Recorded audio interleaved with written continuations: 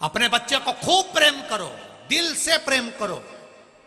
दुनिया के सारे तारे तोड़कर तुम अपनी औलाद को दे दो, मना नहीं है। पर एक निवेदन है, अपने बच्चों को तारों के साथ में संस्कार जरूर दे दो। देव तोड़ करता है और उसके साथ में संस्कार दीजिए। अपने बच्चों को ज्ञान दीजिए, संस्कार दीजिए। उत्तम ज्ञान देने का प्रयास कीजिए कि मेरा बच्चा भी रोज मंदिर जाए। छोटे छोटे बच्चे स्कूल जाने से पहले उनके हाथ में लोटा पकड़ा दो, जाओ मंदिर जाओ, जल्दी आना, घर के पास में मंदिर है। और मेरा विश्वास कहता है, मैं कानपुर में ज्यादा आया नहीं हूं, पहली बार अपनी जिंदगी में पहली बार कानपुर आया हूं, जीवन में पहली बार। और मेरा विश्वास कहता है कि कानपुर में भी आप जितनी जगह से आए हो ना कथा सुनने के लिए, जहां जहां से आए हो, ये मेरा विश्वास कहता है, मुझे तो मालूम नहीं पर मेरा विश्वास कहता है कि जहां आप रहते होगे, आपके घर से कुछ कुछ दूरी पर 50-500 मीटर की दूरी पर, या 1 किलोमीटर, या 200 मीटर, या 100 मीटर, या 4 घर छोड़ के, या 8 घर छोड़ के, आगे पीछे दाएं बाएं में कहीं ना कहीं शंकर का मंदिर तो जरूर होगा। ये मेरा दिल कहता है, ये मेरा हृदय कहता है, शिव मंदिर जरूर होगा। कहो बच्चों से, जा बेटा 1 लोटा पानी लेकर जा, जाओ जल लेकर। कल वहां दर्शन करने गए थे आनंदेश्वर, बहुत अच्छा लगा। वहां देखकर शिव जी की आराधना में नवयुवक बेटे, नवयुवक बेटियां, नवयुवक लड़के, नवयुवक बेटियां सब हाथ में लोटा ले लेकर, कोई अपने घर के लिए वापिस जा रही थी, कोई शिव मंदिर जा रही थी। देखकर इतनी प्रसन्नता हुई कि लोग अपने घर से लोटा लेकर आए हैं और जल चढ़ाकर जा रहे हैं। इसकी प्रसन्नता है। नमन करता हूं मैं कानपुर की इस भूमि को और यहाँ के विद्वत जन को, यहाँ के ब्राह्मण जन को, यहाँ के आचार्यों को, यहाँ की पीठों को, और यहाँ के रहने वाले एक छोटे से छोटे झाड़ू लगाने वाले तक को मैं प्रणाम करता हूँ। बड़ी प्रबलता है, बड़ी प्रबलता, ये अविरल भक्ति है।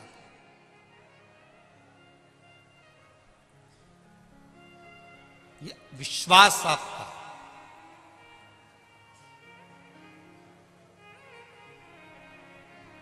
मर्यादा आपकी, आपका भरोसा, आपकी दृढ़ता शिव के प्रति है। मां कभी बुरा नहीं चाहती, मां कभी बुरा नहीं बोलती, और बोलती है तो समझ लेना कि कहीं बच्चों का हित होना होगा। कोस रही है ना, कोसने दो। मेरा बहुओं से भी निवेदन रहता है, जरा जरा सी बात में झगड़ा कर कर मायके मत जाओ, बिल्कुल मत जाओ। और ना तुम्हारे घर में झगड़ा हो रहा है तो मायके वालों को भी मत बताओ, और ना उनको उसमें बुलाओ। हो गया ना, निपटेंगे। कई लोग थोड़ा सा झगड़ा हुआ अदालत पहुंच जाते हैं, तलाक की नौबत आ जाती है, तलाक की बात होने लगती है। मेरा निवेदन है, आप जितने भी लोग बैठे हैं, लड़की की शादी के लिए ना जाने कितने लड़के देखे होंगे, और लड़के की शादी के लिए ना जाने कितनी लड़की देखी होगी।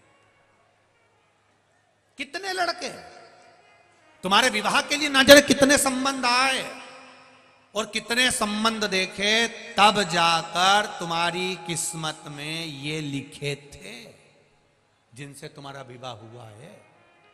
और कितनी लड़की देखी, तब जाकर तुम्हारी किस्मत में ये जगदम्बा लिखी थी। कितनी देखी।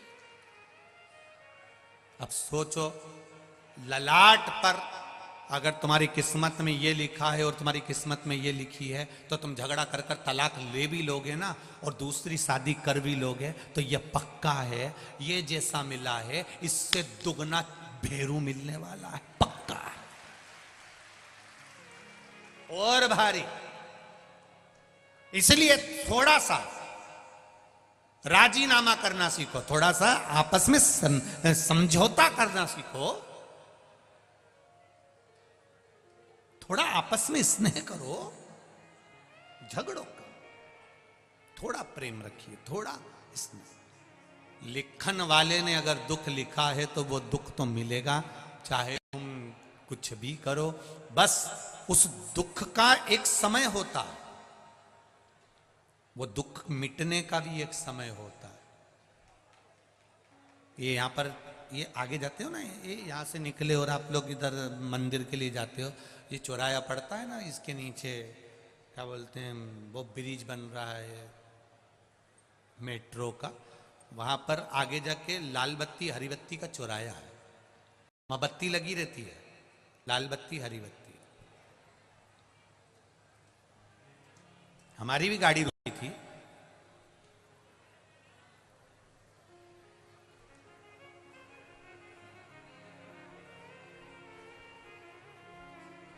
लाल बत्ती हुई, थोड़ा बोलो बोलो, रुक जाओ, हरी हो गई, चल जाओ। जैसे लाल बत्ती और हरी बत्ती होती है, थोड़ा सा रुक जाओगे, थोड़ा स्पीड स्लो कर लोगे, थोड़ा सा रुकोगे, उसमें तुम्हारा लाभ है, आगे जाओगे तो ट्रैफिक जाम नहीं मिलेगा।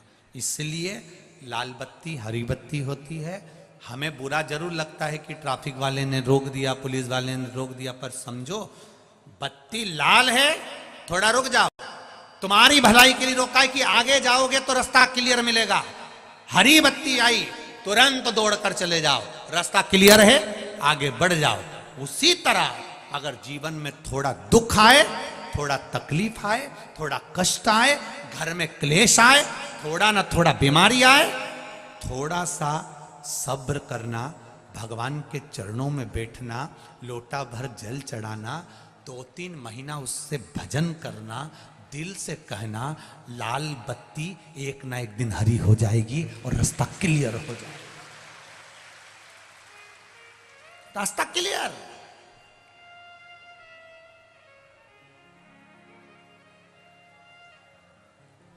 थोड़ा रुको। पर आज के जमाने में तो लोगों को तुरंत निर्णय चाहिए, तुरंत, बस मैंने जल चढ़ाया और मेरा रिजल्ट आना चाहिए, मैंने बेलपत्री चढ़ाई, मेरा काम होना चाहिए। अरे भाई, कहीं जाते हो तो पहले तैयार होते हो, कथा में आते हो तो पहले तैयार होते हो। उसी तरह भजन भी पहले से करो। अगर तुम्हें लग रहा है कि तुम्हारी एग्जाम आ रही है, कंपटीशन एग्जाम आ रही है, तुम्हारा ये इंटरव्यू आने वाला है, तो 2 महीने पहले, 4 महीने पहले, 6 महीने पहले, 8 महीने पहले सियोर वाला महाराज तो चिल्ला चिल्ला के कहता, रोज टीवी पर कहता कि भजन करो, कथा सुनो, स्मरण करो। कथा सुनने का भी समय नहीं मिले तो 1 लोटा जल चढ़ाओ, मत सुनो कथा भी, 1 लोटा जल तो चढ़ाओ।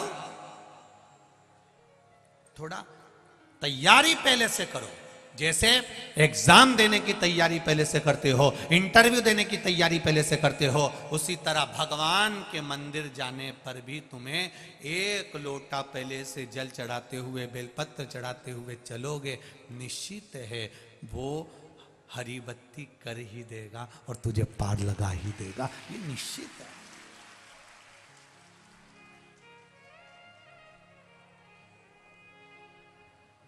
खाली न जाता कोई दर से तुम्हारे, ये शिव है।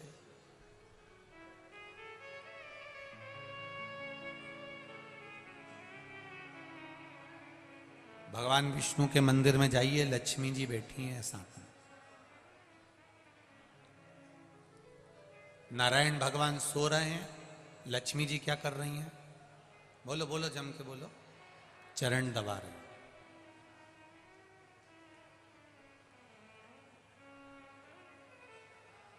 ब्रह्मा जी के यहां जाइए, ब्रह्माणी माला लेकर बैठी हुई हैं, बीणा बजा रही।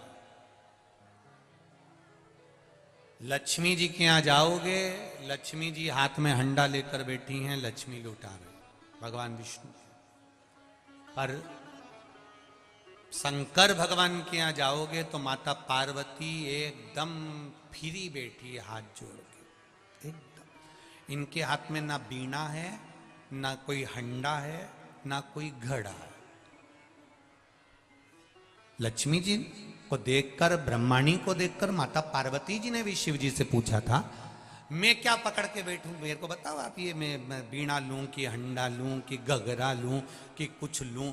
गंगा जी को देखो तो हाथ में जल मिलता है, जी को तो देखो हाथ में जल मिलता है, जितनी माताओं का दर्शन करोगे किसी की न किसी के हाथ में कुछ ना कुछ मिलता है, पर पार्वती जी का हाथ तो यूं बैठी है हाथ जोड़ के। शिव जी से पूछा मैं क्या करूं?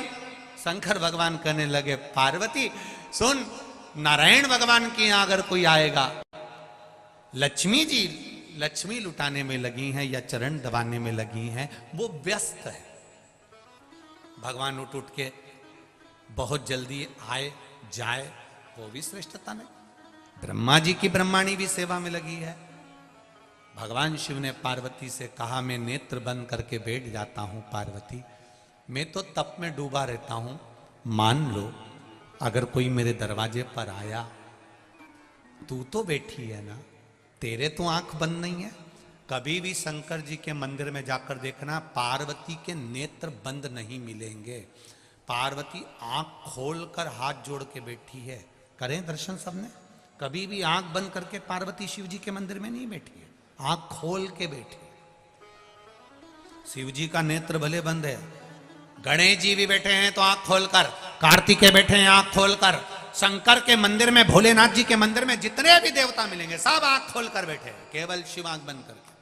शिव जी ने सबको कह रखा है देखो मेरे मंदिर में कोई आए, मैं नहीं मिल पाऊं या मैं नहीं दे पाऊं तो यहां से खाली मत भेजना। कभी पार्वती तू झोली भर देना, कभी गणेश तुम भर देना, कभी कार्तिकेय तुम भर देना, कभी तुम भर देना,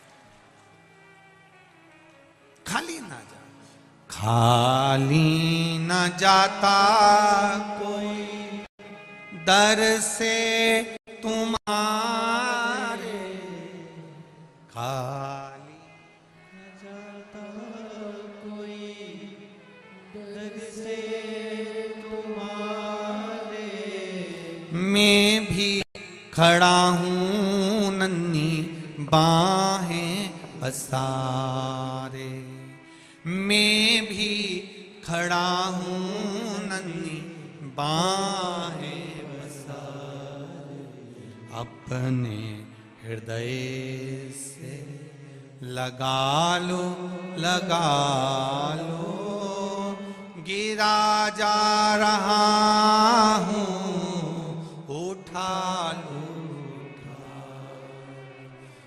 भोले अपने दर से अब तो न टालो, गिरा जा रहा हूं उठा लो। हे शिव, हे शंकर, शिव कथा कर रही है, बहुला मनोरथ को दूध पिला रही है। आज भी हमारे यहाँ गाय बछड़े को दूध पिलाती हुई दिखती है तो शुभ माना जाता। आज भी कितना सुंदर कहा है, यदि कोई पितृ, घर के पूर्वज,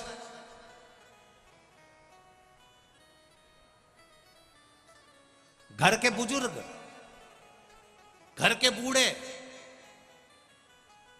भविष्य पुराण कर रही है, अगर घर का बुजुर्ग, घर के बूढ़े, घर के पितृ जो चले गए, सपने में दिख रहे हैं, और कहां दिख रहे हैं? आप सो रहे हैं और आपके सिर के पास आपके बुजुर्ग खड़े हैं, आपके पितृ खड़े हैं, आपके घर के वृद्ध लोग खड़े हैं, ये आपको सपने में दिख रहे हैं, तो समझ लेना जरूर 15 से 20 दिन के अंदर मेरे यहां कोई खुशखबरी आने वाली है, निश्चित है कोई खुशखबरी मिलने वाली है। ये हमारे यहां भविष्य पुराण कहती है। और यदि वही पितृ, वही पूर्वज, वही घर के बूढ़े, वही बुजुर्ग हमारे पांव के पास स्वप्न में नजर आ रहे हैं कि मेरे पांव के पास बैठे हैं, समझ लेना कि घर में किसी ना किसी को एक बड़ी बीमारी जरूर घेरने वाली है, कोई रोग आने वाला। और वही पितृ, वही पूर्वज, वही पितर, वही घर के बुजुर्ग, वही बुढ़े, वही बूढ़े जो मर चुके हैं, वो तुम्हारे सपने में अचानक आए और आकर तुरंत चले जाएं, तो भी समझ लेना कि कोई कष्ट आने वाला था, पर वो ज्यादा समय टिकेगा नहीं, तुरंत चले जाएगा, ये निश्चित। फिर वर्णन किया भविष्य पुराण में, मान लो घर के बुजुर्ग, घर के पितर, मरे हुए व्यक्ति जो मर चुके हैं, वो सपने में आपको नजर आ रहे हैं और लगता है कि हमारे घर की दीवार पर बैठे हैं या पेड़ पर बैठे हैं या वृक्ष पर बैठे हैं, स्वप्न में आप उनको ऊपर बैठा हुआ देख रहे हो, तो समझ लेना कि कहीं ना कहीं हमारे बच्चों की तरक्की का योग बन गया है और बच्चों का या तो विवाह होगा या उसकी नौकरी लगेगी, या तो तरक्की हो रही है या विवाह होगा या नौकरी लगेगी, निश्चित है। ये भविष्य पुराण का, हमारी पुराणों में बहुत कुछ लिखा है कि आप अगर केवल पुराणों का स्मरण कर लें, केवल पुराणों को अगर पढ़ लें तो जीवन की सार्थक। हमसे कई लोग कई प्रश्न करते हैं, आप जो बताते हो वो क्या शिव पुराण में है? हम कहते हैं एक बार दिल से गीता प्रेस गोरखपुर की शिव पुराण लीजिए और आराम से बैठकर पढ़िए, एक एक शब्द पढ़ना कि काली मिर्च क्यों चढ़ती है, बेलपत्र क्यों चढ़ती है, दुर्वा का प्रयोग कब होता है, सफेद दुर्वा का प्रयोग कब होता है, भगवान को भस्म किस समय चढ़ाई जाती है, भस्म भी कितने प्रकार की होती है, भस्म का स्वरूप कितना होता है, त्रिपुंड लगाते समय ये 2 उंगली का प्रयोग करने के बाद आखिरी उंगली नीचे क्यों खींची जाती है। तुम तो मंदिर में गए, चंदन लिया, 3 उंगली खींच कर आ गए।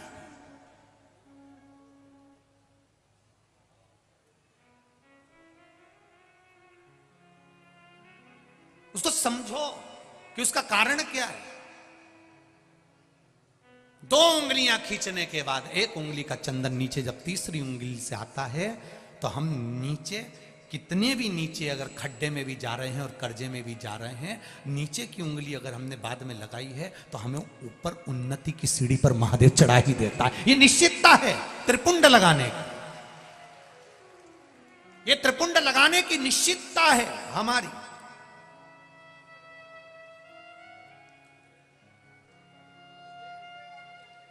हम दुनिया से पूछ रहे हैं, साहब कर्जे में हो गए, साहब कर्जे में हो गए, बहुत कर्जा है, बहुत कष्ट है, कर्जा कैसे चुकेगा, कर्जा कैसे चुकेगा। हमने ये पूजन कराई, हमने वो कराया, हमने वो कराया, हम महाराज के पास गए, हम वहां कॉलेज पहुंच गए, हमने वहां पहुंच गए, कोई कहता तुम्हारा घर बंधा है, कोई कहता तुम्हारी दुकान बंदी है, कोई कहता कोई भूत लग गए, कोई कहता ये लग गए।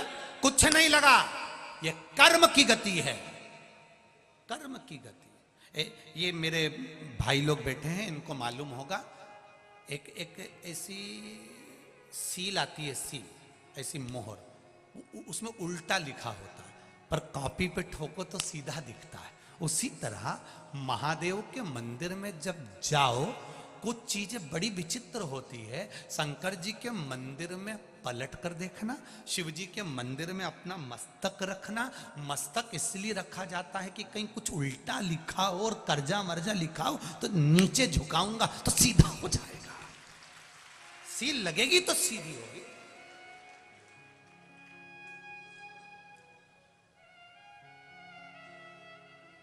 हम कई बार माताओं से कहते हैं आप जल चढ़ा कर आई हो, आपके पास में चंदन नहीं है, आपके आसपास में कुछ भी सामग्री नहीं है और आपको लग रहा है कि आज मुझे बाबा को त्रिपुंड लगाना है, कुछ नहीं है, तो भी ये उंगली तो भगवान ने दी है, लगा दिया, हो गया।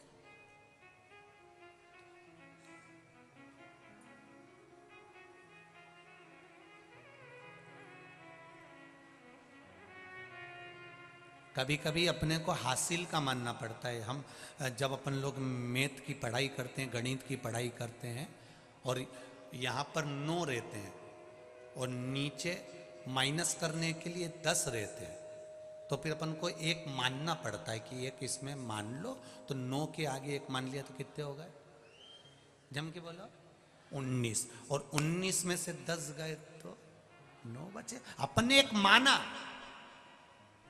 कभी कभी गुरु जी की बात को मानना पड़ता है, तभी तो 9 बच पाता है। नहीं मानेंगे तब समझ में आए तो नहीं, तो 10 का 10 ही है, अब 9 में से 10 घटा के बता दे, ऊपर 9 नीचे 10।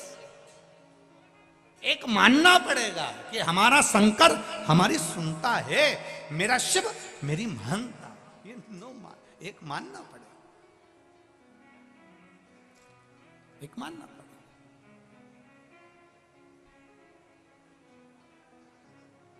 तब हमें कुछ प्राप्त हो।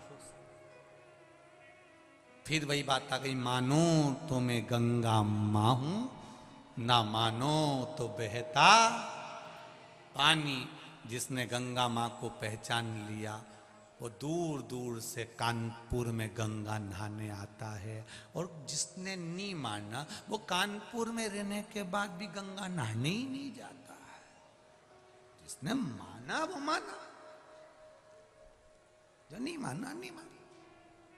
लोग मकर संक्रांति पर, शिवरात्रि पर, सावन महीने में दूर दूर से आके गंगा नहा रहे, और अपन किसी ने पूछा क्यों जी तुम गंगा नहाए? बहुत भीड़ रहती है, बहुत भीड़ है। अब इतनी भीड़ में गंगा नहाने जाओ, हम तो बाद में नहा लेंगे, और उससे पहले निपट गई तो मान लो तुमने कहा बहुत भीड़ है अपन बाद में नहा लेंगे, तो अब नहाने का इंतजार करो, उससे पहले प्राण छूट गया तो फिर कहा जाएगी। अंत समय प्रभु आना पड़ेगा, वचन दिया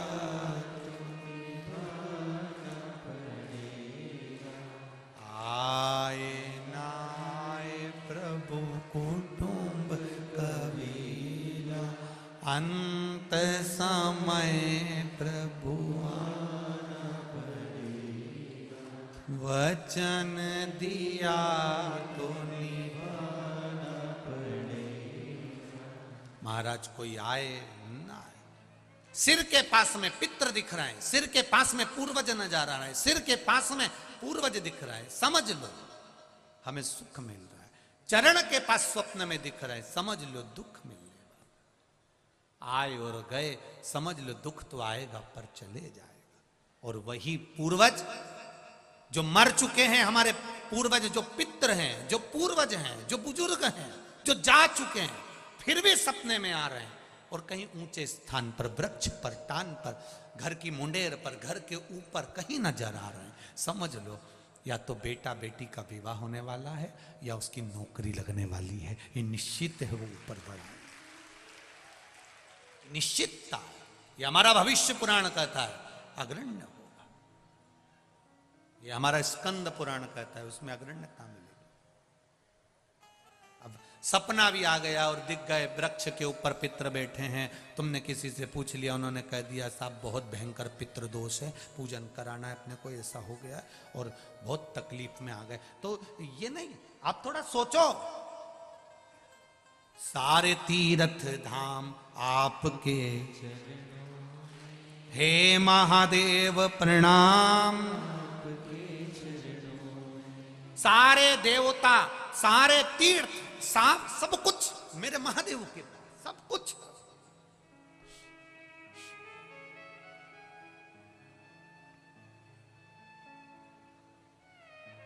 सब कुछ है उसके पास,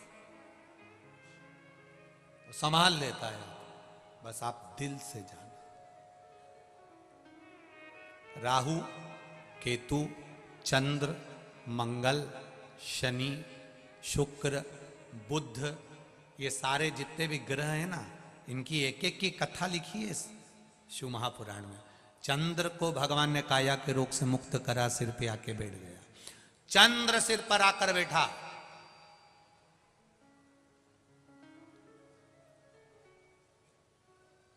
केतु का गला कटा, राहु का गला कटा, भागे। कहां जाएं? शिव जी के पास। भगवान ने पूछा क्या चाहते हो? आपके चरणों में रहना। शिव जी ने कहा जटा के अंदर बैठ जाओ।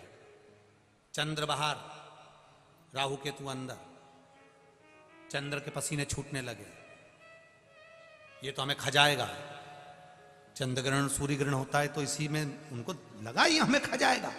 शिव जी कहते किसी की हिम्मत नहीं है, चुपचाप बैठे रहे चंद्रमा, कुछ नहीं होगा, बैठे रहे वहीं पे।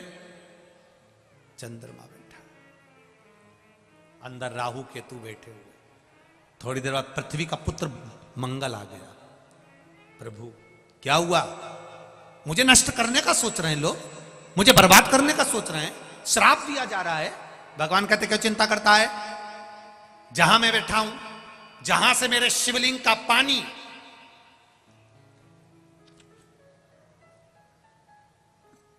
मान लो ये शिवलिंग, जहां से जल गिर रहा है, जहां से शिवलिंग का पानी नीचे गिरेगा, और नीचे गिरे जहां से पानी बस मुड़ेगा, मंगल तू उस जगह पर बैठा मिलेगा।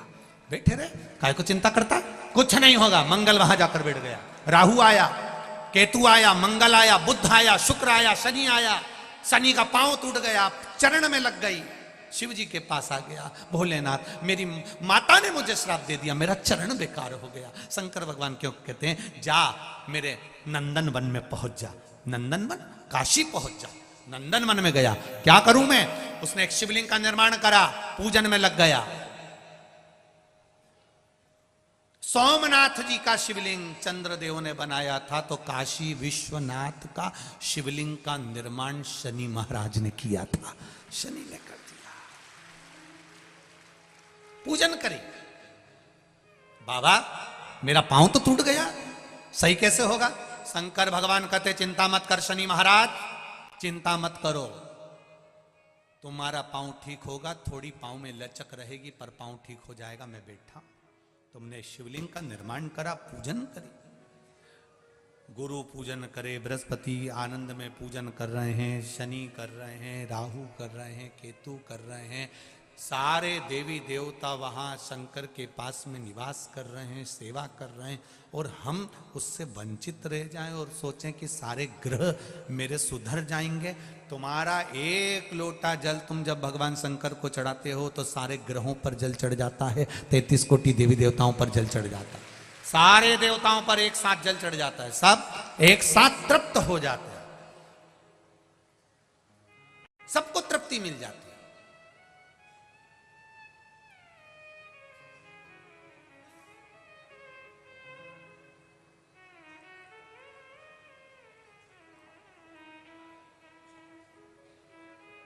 बस उस पर विश्वास, भरोसा कर, मुझे तेरा ही सहारा है। महाराज, बहुला गाय के पुत्र ने दूध पिया, फेन जमा शिव जी पर उड़कर गया। भगवान शंकर उसको मारने के लिए आतुर हुए। तभी भगवान शिव जब मारने के लिए आतुर होते हैं, तब बहुला गाय उस समय पर, उसी समय पर बहुला गाय भगवान शंकर को निगल जाती है। और बहुला गाय जब भगवान शिव को निगली, भगवान शंकर को जब बहुला गाय निगल जाती है, तब सारे देवताओं ने आकर स्तुति करी, प्रार्थना करी, निवेदन किया, क्षमा करें प्रभु, गौ माता आप शिव जी को फिर प्रकट करें। गौ माता के उदर से भगवान शंकर प्रकट होते हैं। भगवान शिव नंदीश्वर के रूप में संसार में पूजा है। एक बहुला गाय अपने पुत्र के लिए भगवान शिव को निगल गई थी। एक माता पार्वती जब कार्तिकेय जी को भूख लगी, गणेश जी को भूख लगी, अशोक सुंदरी को, जया, विषहरा, सामदी बारी, दौतली को भूख लगी, तब भगवान शिव को माता पार्वती निगल गई थी। तब माता पार्वती ने शंकर जी को फिर अपने नासिका से बाहर धूम्र के रूप में निकाला था, तो शिव जी का नाम ध्रुमबान हुआ था और माता पार्वती का नाम ध्रुमावती हुआ था। शिव कथा कह रही है, भगवान शंकर का गुणगान कर रहा है, भगवान शिव का स्मरण कर रहा है। माता पार्वती का नाम ध्रुमावती पड़ गया और शिव जी का नाम ध्रुमबान पड़ गया। शिव जी ध्रुमबान बन गए।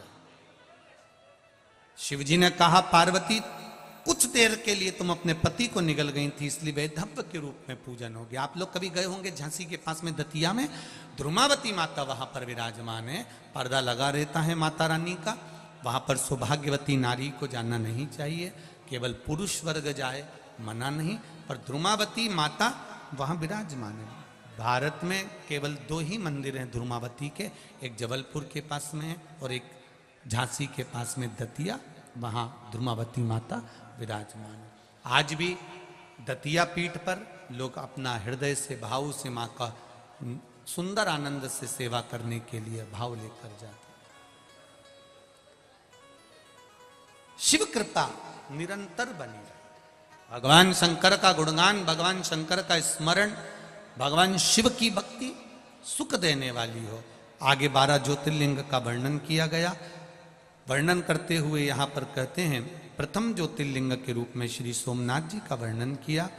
भगवान चंद्र का काया का रोग हुआ तो उन्होंने भगवान शिव की भक्ति को धारण किया और काया का रोग मिटा।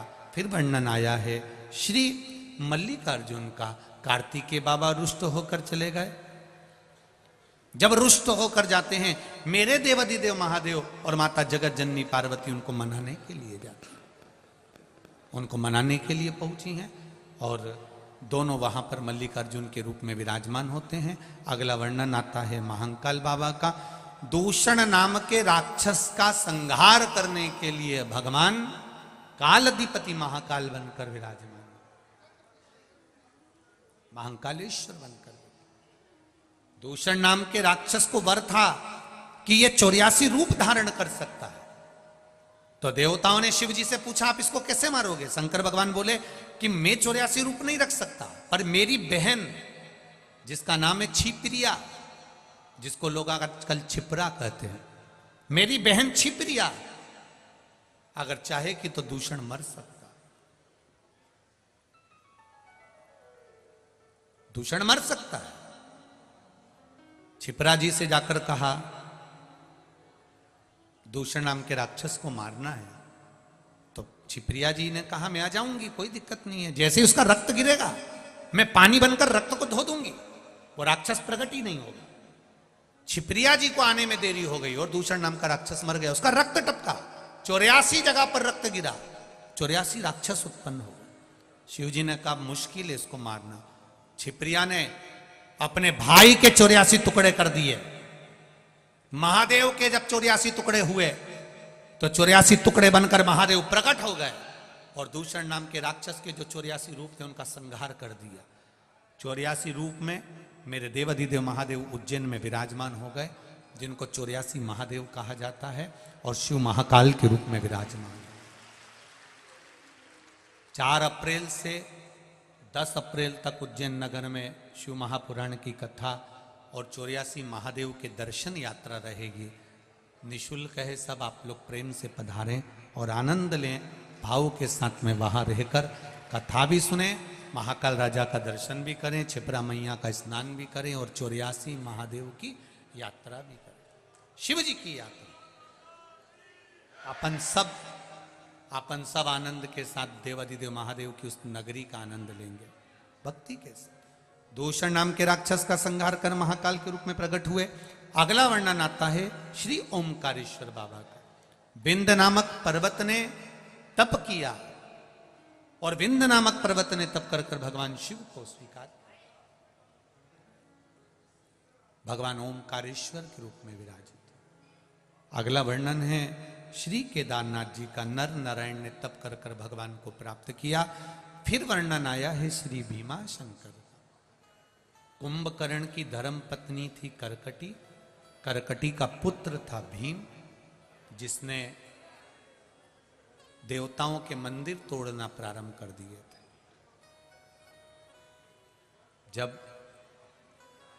मंदिर टूटने लगते हैं, विचित्र होने लगते हैं, जब दुराचारी दुष्ट लोग मंदिर पर आक्रमण करते हैं और मंदिर को विच्छेद कर देते हैं, मंदिर को तोड़ देते हैं, तब कहीं ना कहीं हमारा शिव किसी ना किसी को प्रकट कर कर स्वयं के रूप में प्रकट होकर उस मंदिर का फिर निर्माण करना प्रारंभ कर देते हैं। ये निश्चित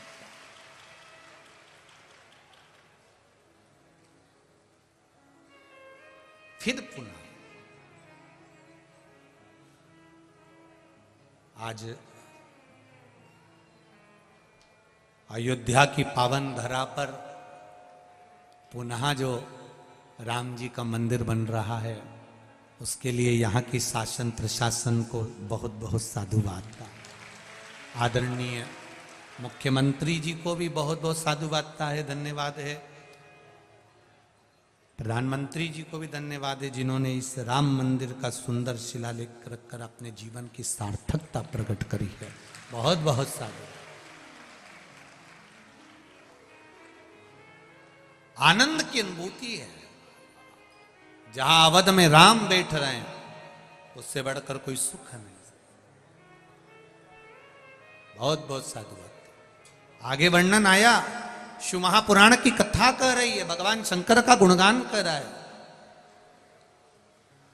भीम का संहार करने के लिए भगवान प्रकट होकर भीम का संहार करा, भीमा शंकर नाम हो गया। अगला वर्णन आया है काशी विश्वनाथ जी का। मनु शत्रुपा ने तप कर कर भगवान शंकर को प्रकट किया, भगवान विश्वनाथ जी के रूप में विराजमान हो जाते हैं। अगला वर्णन आया है त्र्यंबकेश्वर बाबा का। गौतम बाबा पर गौ हत्या का दोष लगता, एक ऋषि वर पर, एक गुरु वर पर भी। बहुत ज्ञानी से ज्ञानी श्री गौतम बाबा थे, अपने आश्रम में रहते थे। दुनिया के लोगों ने उन पर भी दोष लगा दिया। विद्वानों ने गणेश जी को गाय बनाया और गणेश जी को गाय बनाकर कहा कि तुम गौतम ऋषि के आश्रम में जाकर प्राणों को त्यागो। गणेश जी कहते कितना बड़ा पाप कर रहे हो, तुम भी संत, तुम भी साधु, तुम भी सन्यासी, तुम भी साधु, तुम भी तपस्वी, तुम भी विद्वान, और गौतम बाबा पर गौ हत्या का दोष लगा रहे हो। गौतम बाबा पर गौ हत्या का दोष लगना चाहिए जिससे हम इनको यहां से भगा दें। जाओ। गणेश जी कहने में आ गए और गौ बनकर गौतम ऋषि बाबा के आश्रम में प्राणों को त्याग दिए। सारे नगर के जितने भी विद्वत थे उन्होंने कह दिया गौतम ऋषि पापी हैं, उन्होंने गौ हत्या करी है, उनको नगर से निकाल दो। धक्के मारकर निकाल दिया गौतम बाबा को। गौतम ऋषि की आंख में जल था, मैंने ऐसा कुछ नहीं करा, पर सब जब एकत्रित हो गए एक के ऊपर दोषारोपण कर दिया। गौतम बाबा चुप हो गए, पर अहिल्या माता चुप नहीं हुई। गौतम ऋषि की धर्म पत्नी ने तप करा, साधना करी, शिव जी को राजी करा।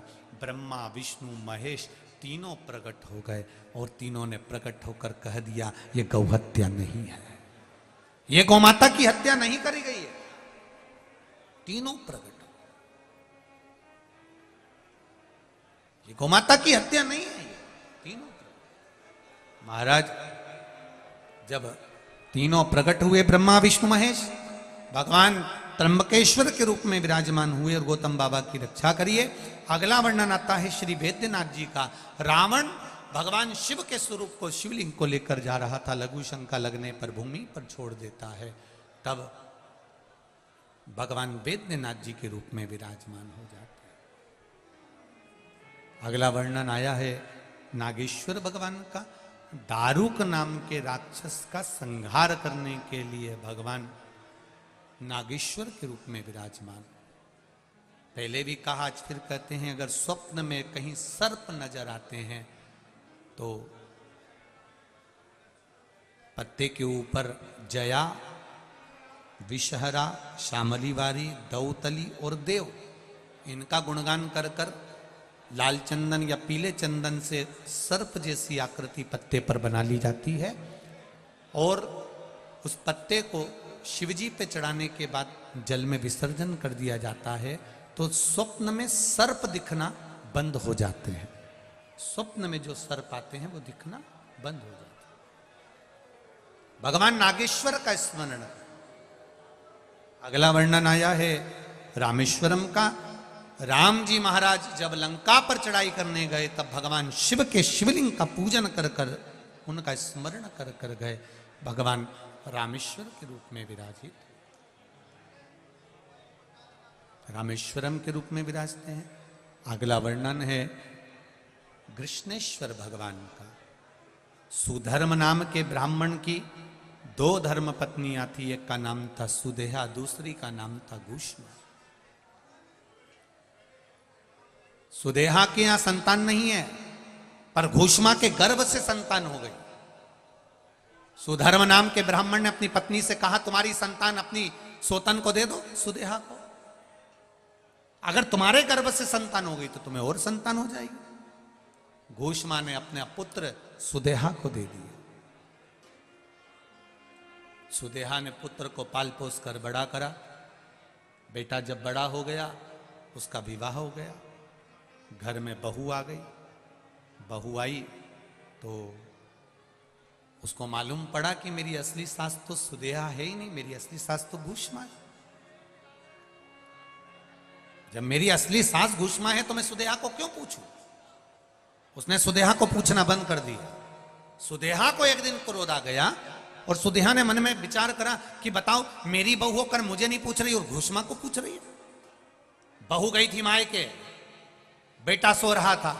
सुदेहा ने तलवार उठाकर बेटे के टुकड़े टुकड़े कर दिए, कपड़े में बांधा, तालाब में फेंकी।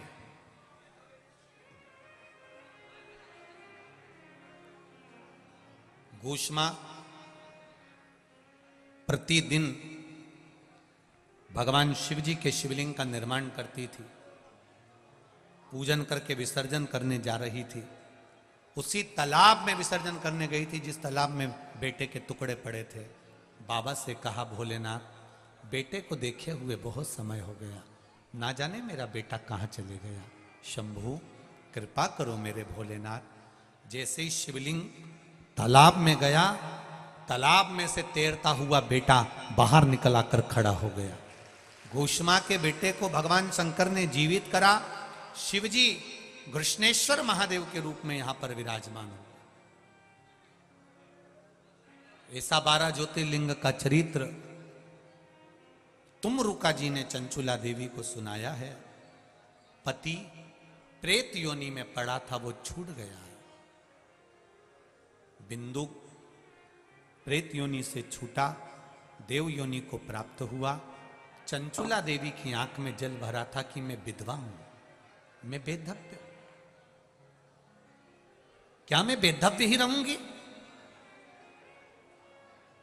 भोलेनाथ जी ने कहा, सुनो तुमरुका जी, जो कुंवारी कन्या शिव महापुराण की कथा का रसतत्व ग्रहण करती है, उत्तम वर प्राप्त कर कर अखंड सौभाग्य पाती है। जो सौभाग्यवती नारी इस कथा को सुनती है वो अखंड सौभाग्य लेती है। जो वेधव्य नारी शिव महापुराण की कथा सुनती है, उसका अगला जन्म वेधव्य का नहीं होता, वो अखंड सौभाग्य लेकर जाती है। जो पुरुष युवान शिव महापुराण की कथा को जो बच्चे श्रवण करते हैं, वो मनवांचित फल को प्राप्त करते हैं। जहां शिव महापुराण की कथा होती है, वो पंडाल नहीं होता, वो कैलाश धाम होता है, जहां बैठकर लोग कथा सुनते हैं। हमारे भगवान शंकर की जो भक्ति है, कानपुर में जो कथा चल रही है, वो शिव भक्ति, शिव महापुराण की कथा।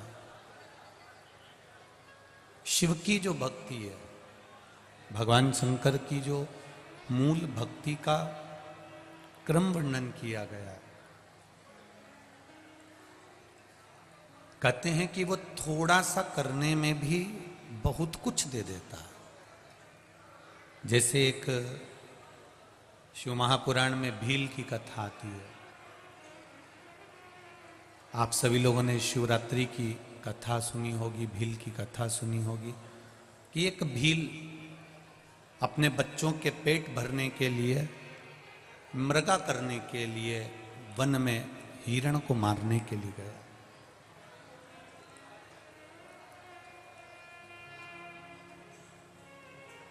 उसका उद्देश्य है बच्चों का पेट भरना।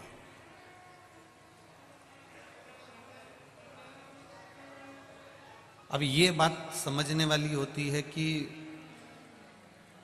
पेट भरने की जवाबदारी अगर जिस परमात्मा ने पेट दिया है, जिस परमात्मा ने शरीर दिया है, जिस परमात्मा ने हमको ये शरीर प्रदान करा है, उसको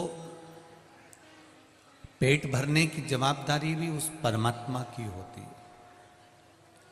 पेट भरने की जवाबदारी परमात्मा की है, तुम्हारी पेटी भरने की जवाबदारी परमात्मा की नहीं है।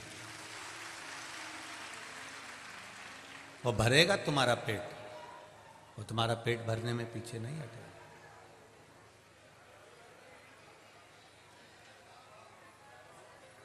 ये जवाबदारी परमात्मा की है। यदि आप सोचें, यदि आप विचार करें कि मैं मेरे परिवार का भरण पोषण कर रहा हूँ, या मेरे परिवार का पेट मैं भर रहा हूँ, या मेरे परिवार को मैं चला रहा हूँ, या मेरे परिवार को मैं संभाल रहा हूँ, तो ये आपका भ्रम है। इसको केवल भ्रम कहा गया कि आप कुछ कर रहे हैं, आप अपने परिवार का पेट भर रहे हैं, या आप स्वयं करेंगे तब परिवार का भला होगा, यह आपका भ्रम है। जिसके मन में यह बात आ जाती है कि मैं परिवार का पेट भर रहा हूं, या मैं परिवार को पाल रहा हूं, या मैं परिवार को संभाल कर चल रहा हूं, या कोई जजमानों में भी ये इतने जजमान हैं, ये सारे जजमानों में से कोई ये सोच ले कि कथा मैं करा रहा हूं, तो ये सब भ्रम है हमारा। सियोर वाला महाराज सोच ले कि वो कथा बाच रहा है, तो ये भ्रम है हमारा।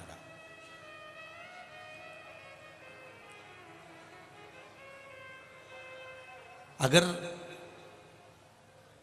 आप परिवार को चला रहे हो, आप परिवार का पेट भर रहे हो, तो 2 महीने के लिए कहीं चले जाओ, 2 या 3 महीने के लिए कहीं चले जाओ, जाकर छुप जाओ, तो भी तुम्हारे परिवार के जो लोग हैं, तुम कहीं चले भी जाओगे, जिस परमात्मा ने तुमको जन्म दिया है, पेट वो भरता है, तुम गए भी तो वो व्यवस्था कर देता है। ये हमारा भ्रम है, और इस भ्रम में हम जी रहे हैं कि हम हमारा पेट भर रहे हैं, या हमारे बच्चों का पेट भर रहे हैं, या मेरे बच्चों को मैं लेकर चल रहा हूं, मेरे बच्चों को मैं कुछ दे रहा हूं, या मैं प्रदान कर रहा हूं। तो ये आपका भ्रम है, केवल भ्रम।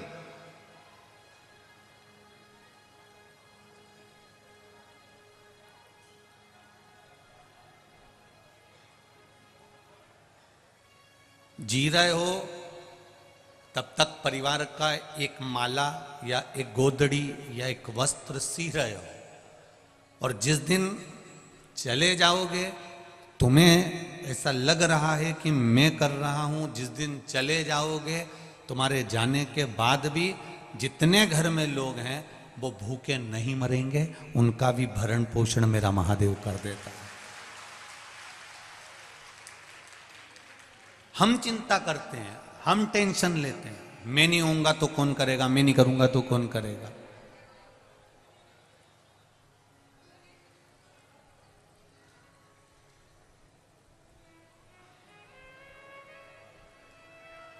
एक जगह की बात आपको बताएं, सत्यता की बात है। एक बार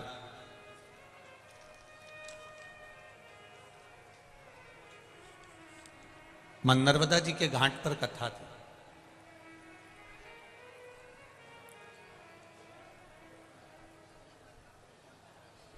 और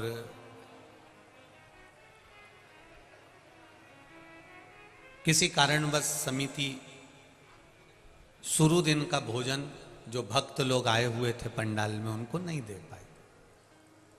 भक्तों का मैसेज सीहोर गया कि गुरुजी तक खबर पहुंचाओ, रात की 11 बज रही है और हमको भोजन नहीं मिला। कुछ नहीं, बाजार में उस समय दुकान भी नहीं लगती थी इतनी सारी, अब तो दुकान भी लगने लगी है, तो पेट भर ले आदमी। हम लोग सब भूखे हैं।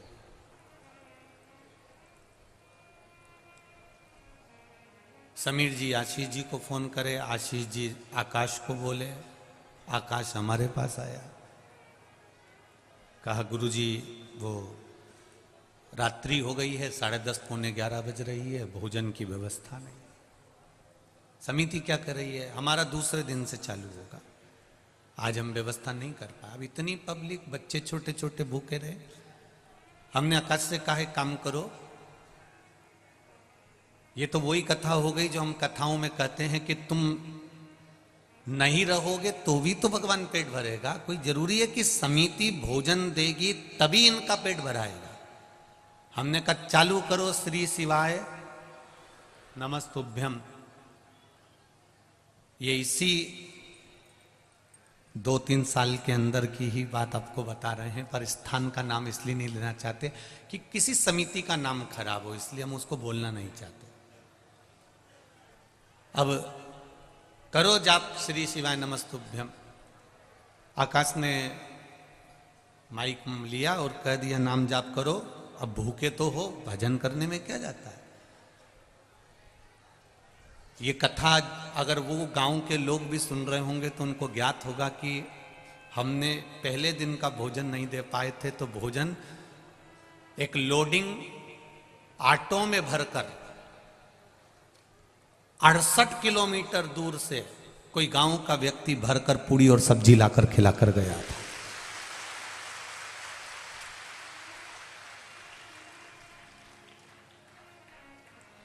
आप नहीं हो, आप ये ना सोचें कि मैं करा रहा हूं या मेरी सामर्थ्यता है या मैं कर सकता हूं या मैंने करा है, ये कुछ भी नहीं है।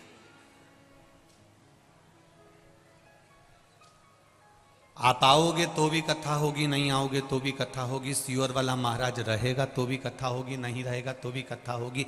शिव पुराण तो निरंतर मेरे वेद व्यास जी ने जो लिखा है, वेद व्यास जी ने जो दिया है, इस पुराण को अब मेरा विश्वास करता है कि पहले के समय में लोगों ने इस शिव पुराण को दबा कर रख दिया था, छुपा कर रख दिया था, क्योंकि इसमें इतने उपाय बताए गए हैं कि आप कैंसर बीमारी से कैसे छूट सकते हो, आप लीवर किडनी को कैसे सही कर सकते हो, आप शुगर बीपी को कैसे सही कर सकते हो, आप थायराइड को कैसे कम कर सकते हो, आप घुटने के दर्द को कैसे सही कर सकते हो, आप कमर का दर्द, कोई गुरिया खस गया, कोई पाइंट नीचे आ गया, उसका क्या है।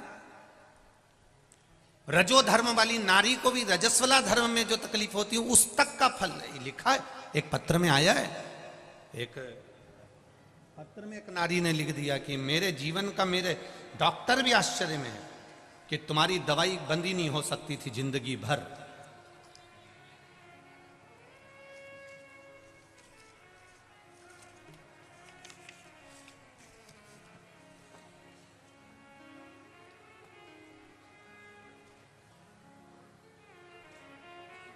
शालिनी अंकित राय, झांसी उत्तर प्रदेश से आए। कहीं बैठी हो तो हाथ जरूर हिलाइएगा, कहीं बैठी हो तो हाथ हिलाइएगा। शालिनी अंकित राय दिख गए क्या? अच्छा, सामने हाथ हिला तो एक बार ऐसा। हाँ जी, श्री शिवाय नमस्ते। इन्होंने लिखा है, गुरुदेव मैं नहीं जानती हूं कि मैं आपकी इस पावन शिव महापुराण को श्रवण करने कैसे आई हूं। मैं अपने घर वालों से जिद कर कर बाबा को धोख लगाने आई हूं, प्रणाम करने आई हूं। धोख लगाने का मतलब होता है प्रणाम करना, नमन करना। एक लोटा जल और एक बेलपत्र का क्या महत्व है, मैं बखान करूं गुरुदेव। मुझे 2014 से, अभी कौन सा साल चल रहा है, 22, 2014 से रजोधर्म की समस्या थी। डॉक्टर ने बोल दिया था कि आपको जिंदगी भर गोलियां खाना पड़ेगी, यह दवाई आपकी जीवन भर बंद नहीं हो सकती। बाबा की कृपा देखिए गुरुदेव, आचमन का जल लेना प्रारंभ करा, शिव जी पे चढ़ा हुआ और बेलपत्र खाना चालू करा, मेरी दवाई छूट गई और मैं अब पूर्ण तरह से ठीक हूं। यह गुरु जी कृपा है शिव जी की। बाबा की कृपा। फिर देखिए गुरुदेव,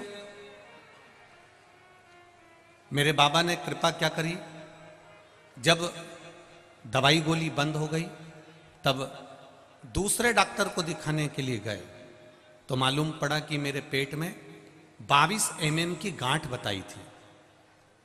अब विचार करा कि बाबा तूने रजोधर्म से तो मुझे अच्छा कर दिया, पर मेरे पेट में 22 mm की गठान है, कुछ भी करो इसको सही कर दो।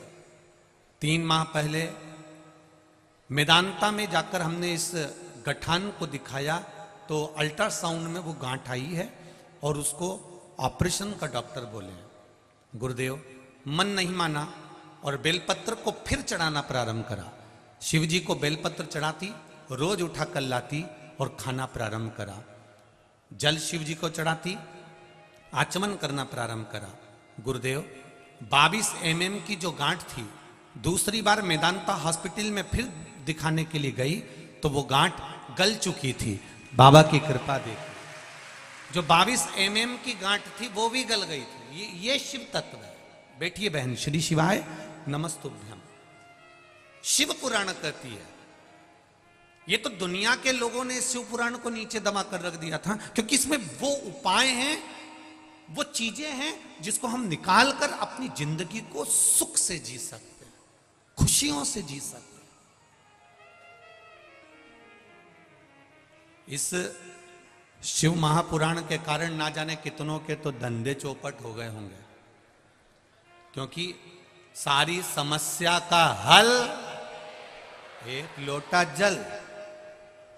उसके पास में खुद डॉक्टर उसके पास में है कि मैं एक लोटा जल चढ़ाऊंगी, एक बेलपत्र चढ़ाऊंगी, उसको खाऊंगी और मेरा शरीर ठीक हो जाएगा। ये उसका विश्वास कहता है, ये उसका भरोसा कहता है।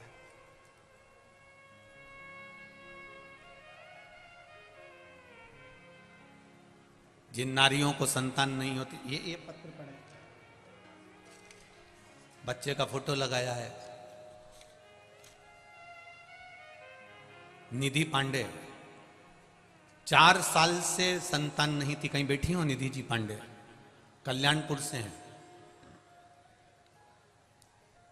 जहां कहीं बैठी हो निधि जी, दोनों हाथ हिलाइएगा एक बार।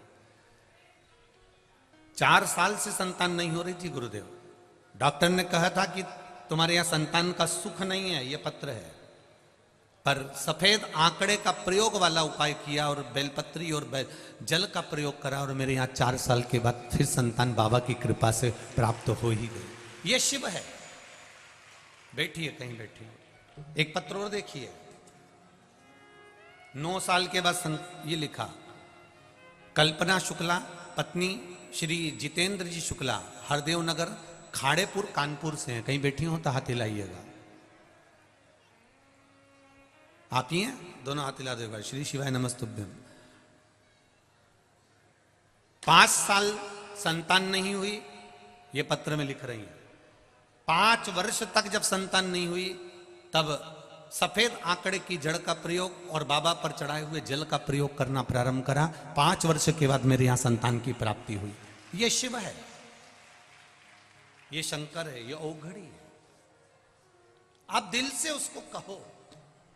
ये तो दुनिया के लोगों ने इस शिव महापुराण को नीचे दबा दिया था, इसको प्रकट नहीं होने दे रहे थे, इसको सम्मुख नहीं आने दे रहे थे। क्यों? क्योंकि सारी समस्या का हल एक लोटा जल, जरा सा जल का आचमन करेगी और इसका शरीर ठीक हो जाएगा। एक बेलपत्र खाएगी और रोग मिट जाएगा। भगवान का भजन करेगी, श्री शिवाय नमस्तुभ्यम का जाप करेगी और कष्ट दूर होगा। ये दुनिया के लोग चाहते थे कि अगर सम्मुख आ गई शिव पुराण तो फिर अपना क्या होगा। अब लोगों का विश्वास शंकर भगवान के प्रति इतना जागृत हो गया, इतना जागृत,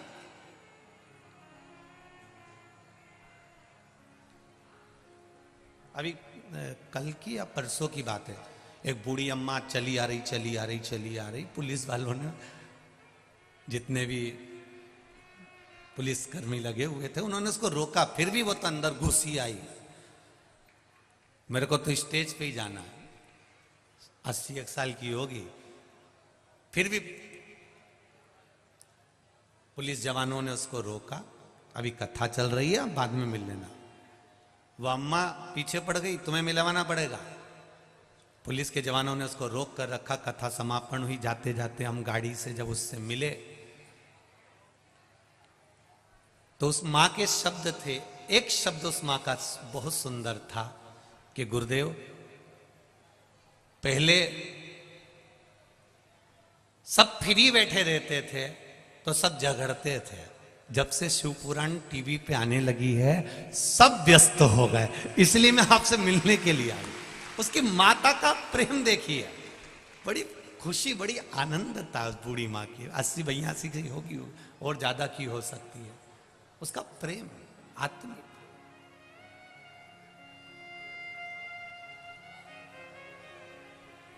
आपका विश्वास जागा है शंकर के प्रति। और जिस दिन भगवान शिव के प्रति पूर्ण भरोसा जाग जाता है, भगवान शिव के प्रति पूर्ण भरोसा केंद्रित हो जाता है, तो जीवन का एक आनंद उत्पन्न हो जाता है।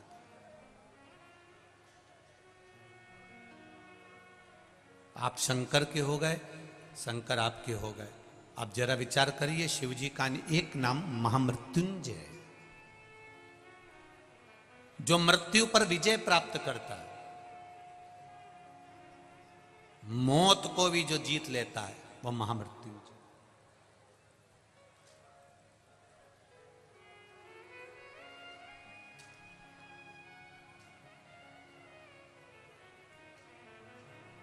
किसी ने पूछा, गुरुदेव इतनी कोरोना महामारी में मौतें हुई हैं, उस समय पर देवाधिदेव महादेव भगवान शंकर, कई लोगों ने अपने पुत्र के लिए, कोई ने अपने पति के लिए, कोई ने अपनी पत्नी के लिए, कोई ने अपने बेटे के लिए, कोई बेटी के लिए महामृत्युंजय का अनुष्ठान भी करवाया, पूजन भी करवाया।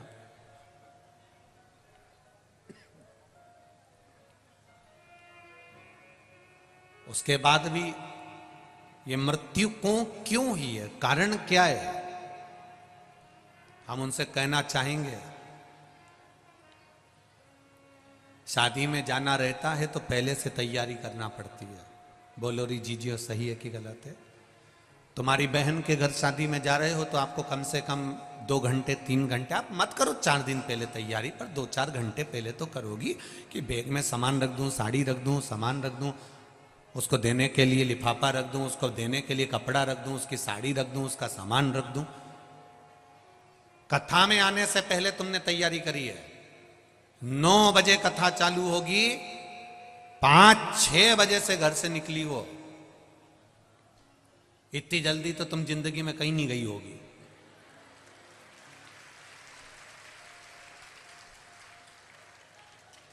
समिति वाले कह रहे थे, हमने तो सोचा था कि यह पंडाल भी पूरा भरा जाएगा तो बहुत है, पर आज तो दम लगा दी इन्होंने, 7 लाख 7.5 लाख के करीब में लोग पहुंचे गए कथा।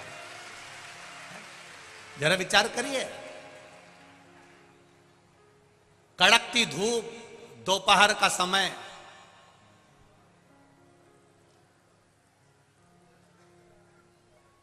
चिलचिलाती धूप, दोपहर का समय, और लोग सिर पर तप रहा है, अपना अपना रुमाल गमछा पल्लू डाल डाल के बैठे हुए। नमन है आपकी भक्ति को, प्रणाम करता हूं।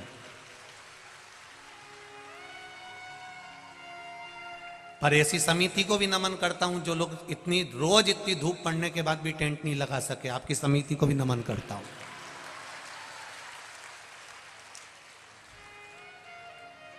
रोज देखा इन्होंने, इतनी धूप हो रही है, इतनी गर्मी पड़ रही है, इतनी धूप पड़ रही है, उसके बाद भी नमन सभी को मेरी ओर से, प्रणाम।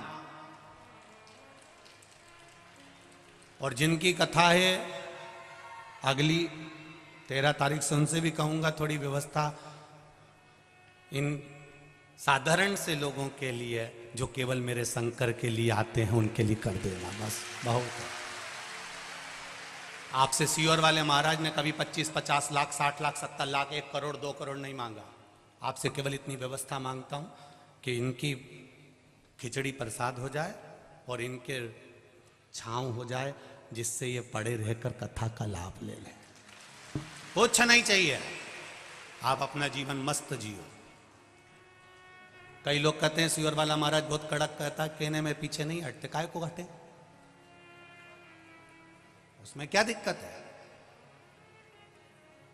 अलमस्त होइए, अपनी जिंदगी को जितना मस्त होकर जी सकते हो, जितने आनंद के साथ जी सकते हो, जितने शिव समर्पण के साथ जी सकते हो, उतनी खुशियों का आनंद लेकर जियो। इतनी कड़कड़ा की धूप में भी आप सिर पर रुमाल डालकर, अपने छोटे छोटे बच्चों को साड़ी के पल्लू से ढककर अगर कथा सुन रहे हो, तो ऐसी भक्ति दुनिया में कहीं नहीं मिल सकती जो यहां कानपुर और लखनऊ में मिली है। ये कानपुर साइड में मिली है। ये कानपुर के श्रोता अभी रास्ते में हम आ रहे थे तो हमसे पूछ रहे थे, भैया जी आपको कैसा लगा? मैंने कहा, कानपुर की ये गंगा मां के तट की पावन धरा के जितने ये श्रोता भाई बहन हैं, इनके जैसा प्रेम दुनिया में कहीं नहीं मिला। इतना प्रेम है इनके।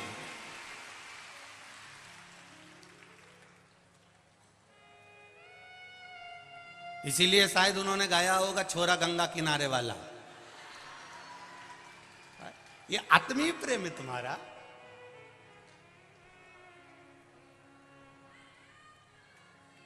ये आपका स्नेह है, आपका प्रेम है, वात्सल्यता है, आपकी करुणा है। शिव पुराण कह रही है, भगवान शंकर की पावन कथा कह रही है। शिव महापुराण में वो बल है, आप उसका स्मरण करिए, आप उस रस तत्व को धारण करिए, आप उस भक्ति को धारण करिए, आपको सुख का अनुभव होगा।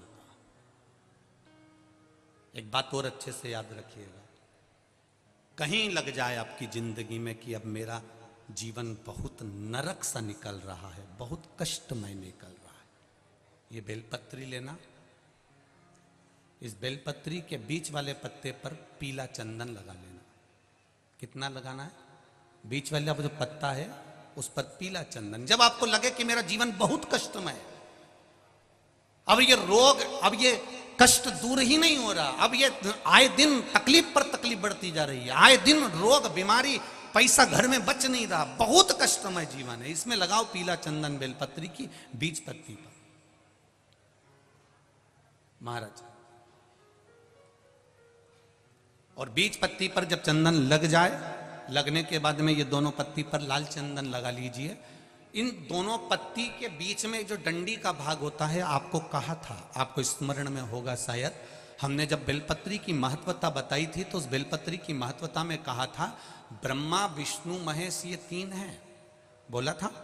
बीच में ये बड़ी पत्ती से लेकर जो दो पत्तियां होती हैं, इनके बीच में जो जगह बचती है, इसमें मां पार्वती के 64 योगनियां, मां पार्वती अपनी पूर्ण सिद्धि के साथ में जितनी भी देवी के स्वरूप हैं, वो माता 64 योगनियां देवी के स्वरूप में यहां पर विराजमान होती हैं।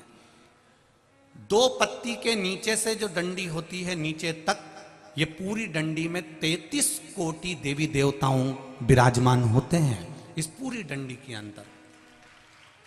तो ये बीच वाली पत्ती है, ये जो बीच वाली पत्ती का जो भाग होता है, इस पत्ती के भाग में शहद का प्रयोग कर कर, यहां पीला चंदन, लाल चंदन, लाल चंदन, शहद का प्रयोग कर कर, इसी तरह से पकड़कर ये बेलपत्री की जो डंडी है वो अशुक सुंदरी पर जब आप समर्पित करें तो जहां से जल बहता है उस ओर पर इस पत्ती को चढ़ाकर केवल आपके हृदय की बात कहकर देवाधिदेव महादेव से कोई भी शिव जी का मंत्र, पंचाक्षर, नमः शिवाय, षडाक्षर, ओम नमः शिवाय, श्री शिवाय नमस्तुभ्यम, या महामृत्युंजय मंत्र, जो शिव का मंत्र हो आपके पास में, उसको बोलते हुए देवाधिदेव महादेव को धीरे धीरे जल की धार चढ़ाना प्रारंभ करो।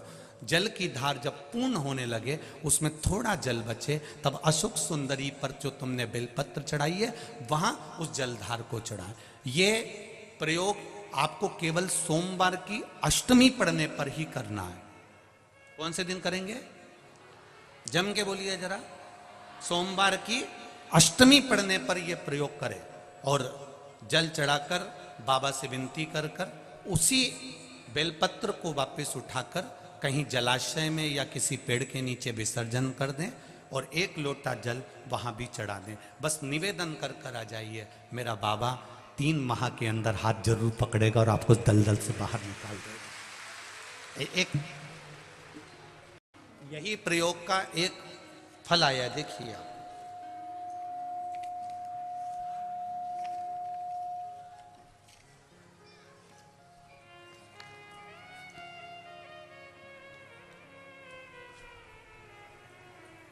मैं आरती शुक्ला कानपुर से हूँ, गुमरी नंबर 5, गुमठी नंबर 5।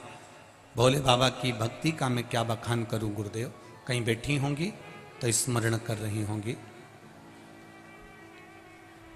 मेरे पास कोई शब्द नहीं है गुरुदेव।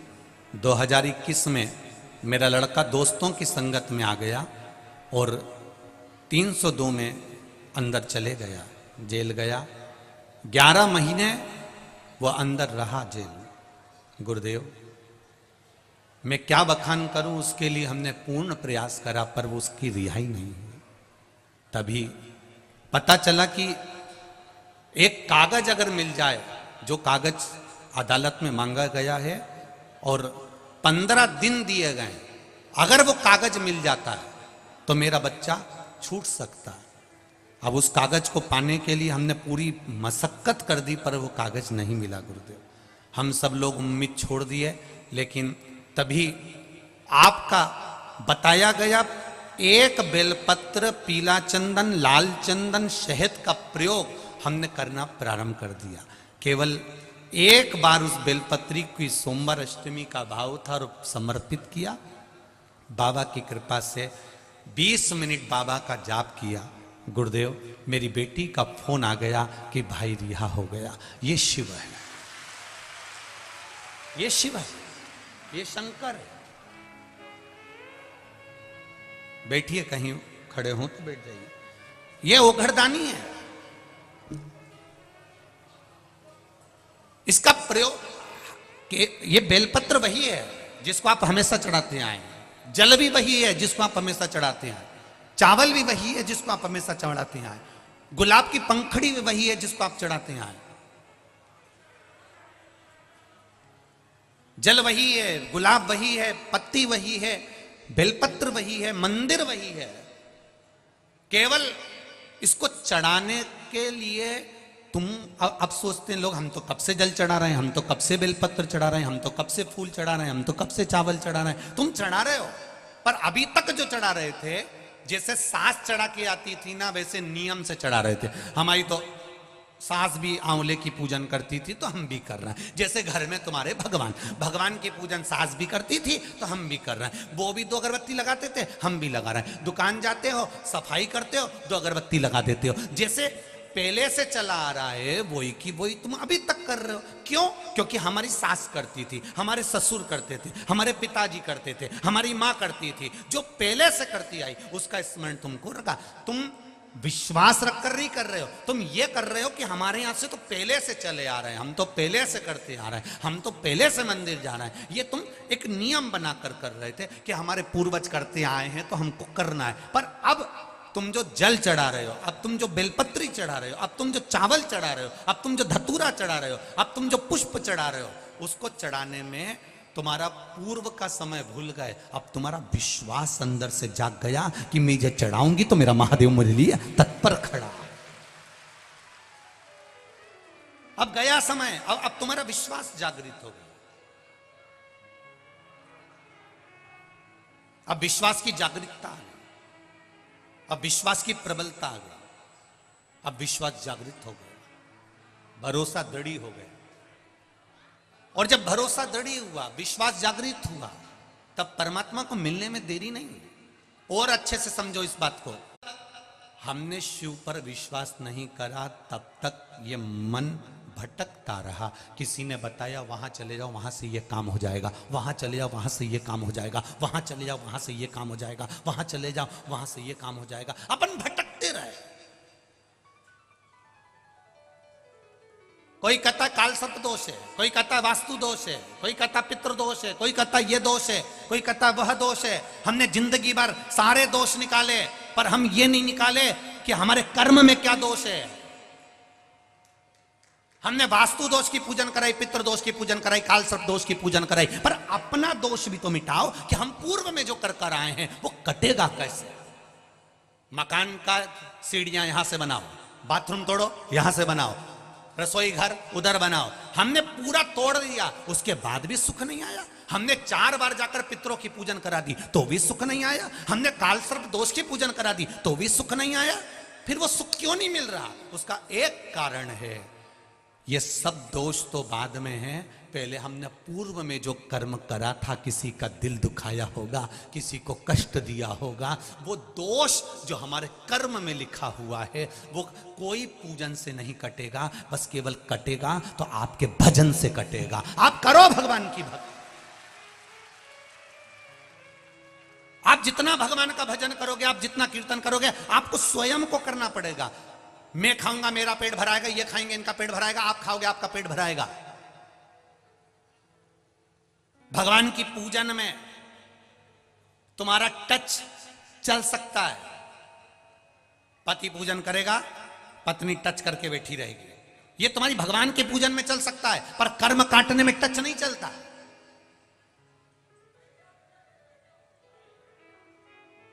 कर्म काटने में टच नहीं चलेगा।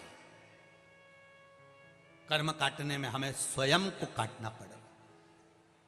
जिसको दुख है, जिसको तकलीफ है, वो स्वयं श्री शिवाय नमस्तुभ्यम बोले, वो स्वयं भगवान शंकर को एक लोटा जल चढ़ाए। हां, अगर शरीर से नहीं उठ पा रहे हो, तब घर में बच्चों से कहो मेरे मंदिर चले जा, थोड़ा सा पानी लिया शिव जी को चढ़ाकर, घर से लेकर जाना जल, शंकर को चढ़ाना, उसी कलश में थोड़ा सा लेकर आ जाना, थोड़ा सा लेकर आना। हम क्यों कहते हैं कि जिस लोटे को घर से लेकर जाओ, पानी भर कर लेकर जाओ, उसको मंदिर से खाली मत लाओ। शिव जी का चढ़ा हुआ जल भरे 2 बूंद लेकर आओ, पर लेकर आओ। क्यों कहते हैं? उसका कारण होता है, जब तुम मंदिर पे जल चढ़ाकर खाली लोटा लेकर आती हो, कोई अच्छे शुभ कार्य के लिए जा रहा होता है, तो आप खाली लोटा लेकर आएंगे तो अच्छा नहीं लगता, क्योंकि उसमें कहीं दोष उत्पन्न ना हो जाए। कोई अच्छे काम के लिए जा रहा है, आप जल चढ़ाकर लोटा जब लाओ, उसमें 2 बूंद भी अगर जल होगा, तो तुम्हारा मुख देखकर अगर कोई कार्य के लिए निकल भी गया तो उसका कार्य सफल हो जाएगा, उसका कार्य सफल हो जाएगा। हमारे बुजुर्ग कहते थे, भरा हुआ कलश देखा जाता है तो जल चढ़ाकर जब आप आ रहे, इसलिए हम कथा में भी कहते हैं, कोई शंकर जी के मंदिर जाने वाला, शिव जी पे जल चढ़ाने वाला, शंकर को एक बेलपत्र चढ़ाने वाला, शिव तत्व को जानने वाला, शंकर की कथा सुनने वाला, कहीं से निकल कर जा रहा हो, उसका केवल मुख का दर्शन कर कर आप चले जाओ किसी काम के लिए, आपका कार्य वो सफल होकर ही मानेगा। केवल वो शिव के मंदिर से आ रहा था, वो केवल थोड़े दिन की दूल्हा दुल्हन का अकड़ है। पर शिव महापुराण की कथा कहती है, जो शंकर के मंदिर जाता है, शिव के द्वार जाता है, रोज प्रतिदिन शंकर के मंदिर में जाकर एक लोटा जल चढ़ाता है, या उसकी चौखट का दीदार कर कर दर्शन कर कर चला जाता है, वो उसको अकड़ नहीं रहती। वो शंकर का जो भस्म शिव के शरीर पर रहती है, वो भस्म की चमक उसके चेहरे पर जीवन भर रहती है। जीवन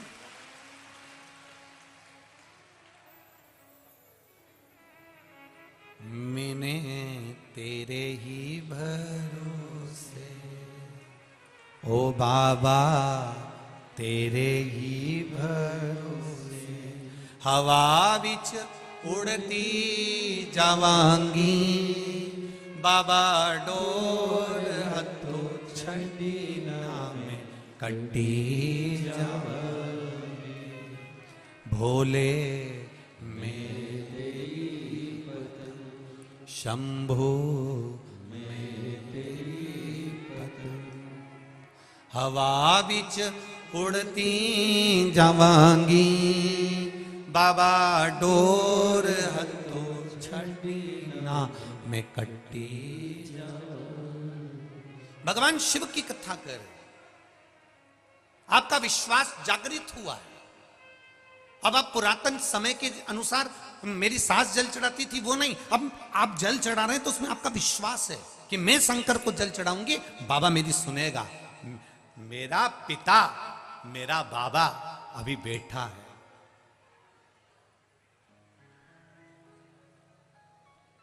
बोल बम का नारा है, जरा इतना धीरे नहीं, जरा दमदारी से। बोल बम का नारा है, बाबा एक सहारा है।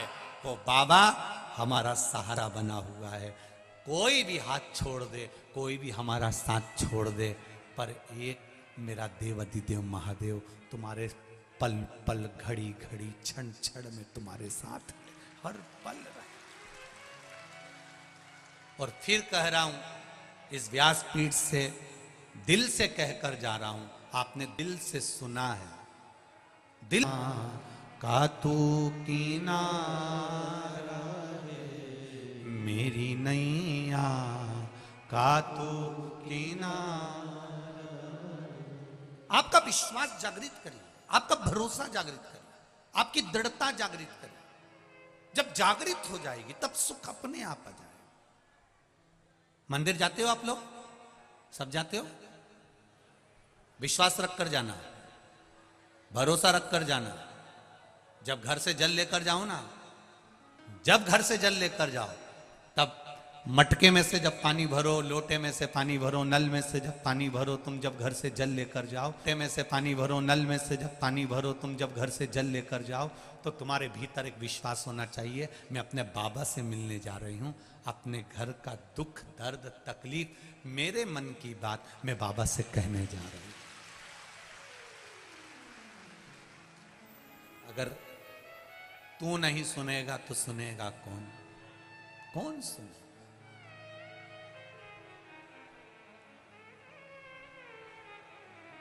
अगर तू नहीं सुनेगा तो सुनेगा कौन? और अगर तू नहीं आएगा तो मुझे बचाने फिर आएगा कौन? तेरे ही तो भरोसे पर जी रही हूं। दुख कैसा भी हो, जब तक कुंवारी है बेटी उसको देखने वाले ढेर आएंगे, जब शादी हो जाएगी तो एक जगह स्थिर है, फिर कोई नहीं आता।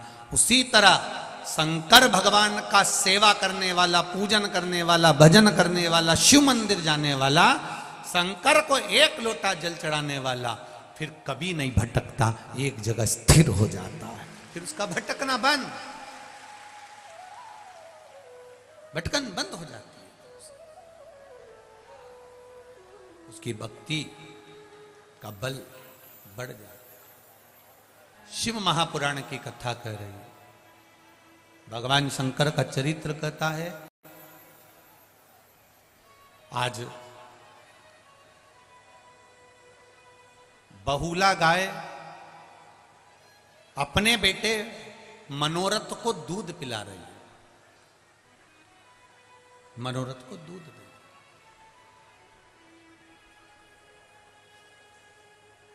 जब बहुला गाय अपने बेटे मनोरथ को दूध पिलाती है, बहुला गाय जब अपने पुत्र मनोरथ को दूध पिला रही होती है, तब मनोरथ को दूध पिलाते पिलाते पिलाते पिलाते मुंह में फेन आ जाता है। बछड़ा जब दूध पीता है ना, आप दर्शन करिएगा, जब जिनके यहाँ गाय होगी, बछड़ा जब दूध पीता है तो उसके मुंह में थोड़ा साइड में फेन हो जाता है। जब मनोरथ के मुख में फेन आया, वो फेन उड़ा, उड़कर शिवजी जहां पर तप कर रहे थे, साधना में लीन थे, वहां पर वो फेन चला गया।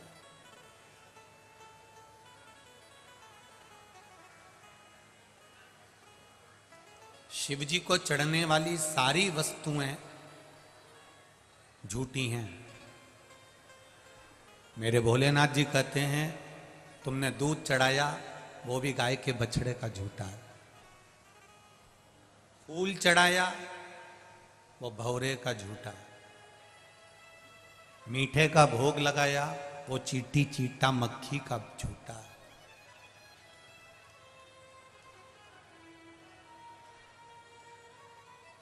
सब झूठा। जल चढ़ाया वो मछली का झूठा है। जितनी भी वस्तु हम भगवान शंकर को दे रहे हैं वो सब झूठी है। शिव जी कहते हैं ये सारी वस्तुएं झूठी है। ये ब्रह्मा जी भी कह रहे हैं भगवान विष्णु को, भगवान नारायण से कह रहे हैं ब्रह्मदेव कि शंकर भगवान को जो भी चढ़ा वो सब झूठा है, शिव जी को जो चढ़ा वो झूठा है। इसके बाद भी शंकर भगवान राजी रहते हैं अपने भक्तों से। शिव जी उसके बाद भी राजी रहते हैं अपने भक्तों से। उसका कारण क्या है? शिव महापुराण कहती है उसका केवल एक कारण है।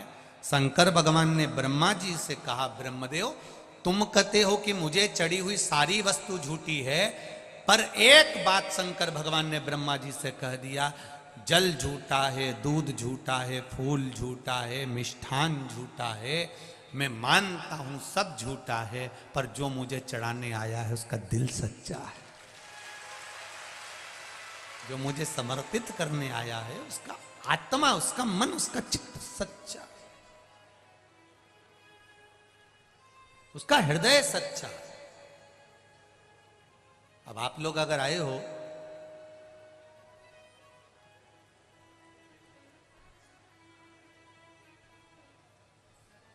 अगर आप लोग यहां पहुंचे हो, दिल रख कर पहुंचे हो, यहाँ कुछ भगवान ये नहीं देख रहा है कि तुम क्या लेकर आए हो, भगवान ये देख रहा है कि तुम निर्मल मन सो मोही भावा, मोही छल छिद्र कपट, मुझे निर्मल मन चाहिए।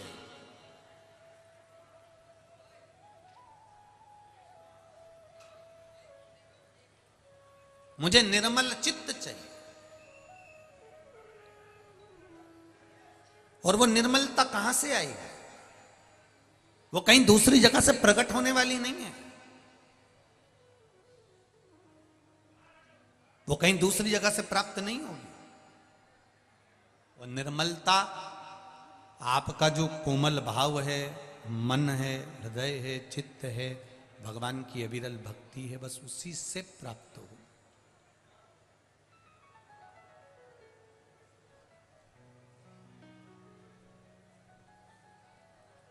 निश्चित है।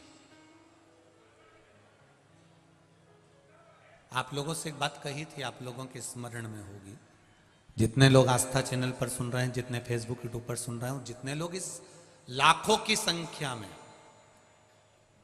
लाखों की संख्या में आप यहां बैठकर कथा सुन रहे हैं, आपके स्मरण में एक बात होगी। हमने कहा था शिवजी को जल चढ़ाकर आओ तो थोड़ी देर एक बार पीछे पलटकर देख लिया करो देवादिदेव महादेव को। अगर आप देहली पर नहीं भी बैठे हैं, साइड में नहीं भी बैठे हैं, तो एक बार बाबा को मुस्कुराकर उसको हृदय से बस निहार कर कह दो उसकी चौखट से कि तेरे दरवाजे पर आती हूं, मुझे भूल मत जाना, तेरी चौखट पर।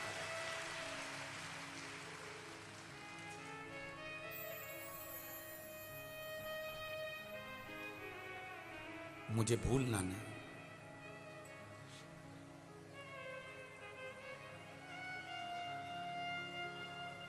ये पशुपति व्रत अपन लोग करते हैं ना, तो वो पशुपति व्रत में जो 5 दिए शंकर जी के मंदिर में जब अपन रखते हैं, 6 दिए, उसमें से रखेंगे 6 दिए, आप जमीन पे आपको रखना पड़ेंगे 6 दिए, जलाना पड़ेंगे 5, भोग लगेगा 3 हिस्से में, 2 हिस्से मंदिर में छूटेंगे, 5 दिए मंदिर में छूटेंगे, 1 हिस्सा थाली में रखाएगा। जो दिया तुमने लगाया नहीं है, जलाया नहीं है, वो भी थाली में रखाएगा। पूजन करने के बाद जब अपने घर में आते हैं, घर के अंदर प्रवेश करते समय सीधे हाथ पर, अंदर नहीं, घर के बाहर सीधे हाथ पर उस दिए को जलाया जाता है। कौन से नंबर का दिया? जम के बोलो जरा। 6ठे नंबर का दिया। क्यों जलाते हैं उसको? उसका कारण क्या है? अगर आप शिव महापुराण पढ़ेंगे और गीता प्रेस गोरखपुर की शिव महापुराण को निकालेंगे, या स्कंद पुराण पढ़ेंगे, लिंग पुराण पढ़ेंगे, या नर्मदा पुराण पढ़ेंगे, तो उसमें निकलता है कि पाशुपत्य व्रत की महत्वता, पाशुपत्य अस्त्र की महत्वता, पाशुपति अस्त्र की महत्वता, ये सब उसके अंतर्गत आ जाता है। उसका मतलब क्या होता है? आपने मंदिर में दिया रखा और वापिस उठाया, उठाकर लेकर गए, घर के दरवाजे पर जलाया, अर्थात भगवान की साक्षी में, नंदी की साक्षी में पूजन कर कर आप भगवान को अपने दरवाजे की रोशनी दिखाने के लिए कि मेरा द्वार, आप जहां निकलेंगे मेरा दरवाजा यहां पड़ता है जहां दिया लगा रहे हैं, आप आइए। और सरल भाषा में समझ जाओ, कोई व्यक्ति आता है तो अपना कार्ड देता है, हम इसमें नौकरी करते हैं, हमारा ये भाव है, हम इसमें हैं, हम उसमें हैं, हमारी ये पोस्ट है, हम इसमें काम करते हैं। उसने अपना कार्ड दिया, कार्ड में एड्रेस लिखा रहता है कि कभी जरूरत हो, आप अगर कानपुर आओ गुरुजी तो ये मेरा कार्ड है, आप आ जाना। आप अगर अयोध्या आओ महाराज जी तो आप आ जाना, आप सीओर आओ तो आ जाना, ये मेरा कार्ड है, ये मेरा एड्रेस है। उसी तरह ये 6ठे नंबर का और 5 जो दिए तुमने जलाए हैं पशुपति व्रत में, ये दिए नहीं है, ये तुम्हारे घर का एड्रेस है जो बाबा को बताकर जा रही हो कि मेरे दरवाजे पर पहुंचना है। आप आओ मेरे द्वार पर बाबा, आपकी कृपा है। हम पहले भी कहते हैं, आज भी कहते हैं, शिव महापुराण की कथा अगर आपके नगर में, अपने गांव में अगर हो रही है तो ये समझ लो कि कहीं मेरे देवाधिदेव महादेव पर, ये गांव पर कृपा करना होगी बाबा को, इसलिए करा रहा, इसलिए करा दी उसने कराई। कहीं कृपा करना होगी उसको, कहीं दया करना होगी, कहीं उसकी उदारता। बहुला गाय अपने पुत्र मनोरथ को दूध पिला रही है और मनोरथ को दूध पिलाते पिलाते मुख पर फेन आ गया, फेन आया, उड़ा, शिव जी पे गया। शंकर भगवान को क्रोध आया।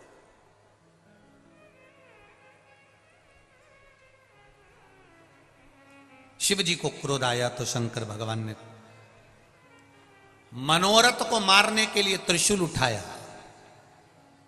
इतने में बहुला गाय को लगा कि मेरा बेटा मर जाएगा, मेरा बेटा मर जाएगा। गौ माता जैसी दुनिया में कोई मां नहीं। भगवान ने उसके स्तन में दूध दिया है तो उसके बच्चों के लिए दिया है कि तेरे जो बच्चे होंगे, बछड़ा बछड़ी होंगे, ये दूध तेरे बच्चे के लिए दिया है। पर गौ माता के बछड़े को तो केवल मुंह लगाया जाता है, खींच कर उसके पास में बांध दिया जाता है और पूरा दूध उस बछड़े के सामने निचोड़ निचोड़ के निकाल लिया जाता है। तो भी गौ माता कभी नहीं कहती कि मेरा दूध मेरे बछड़े के लिए है और तुम पी रहे, कभी नहीं कहती।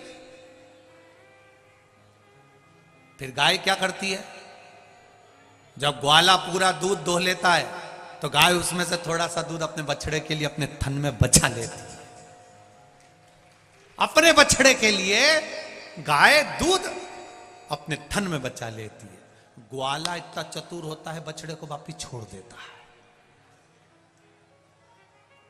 बछड़े को वापिस छोड़ा, फिर उसने मुंह लगाया, गाय ने फिर दूध नीचे करा, इतने में बछड़ा फिर हटाया, ग्वाले ने फिर दूध निचोड़ लिया,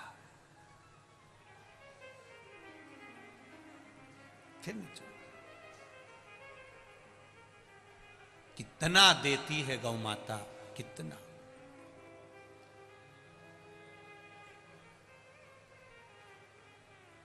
उसका देना सरल नहीं,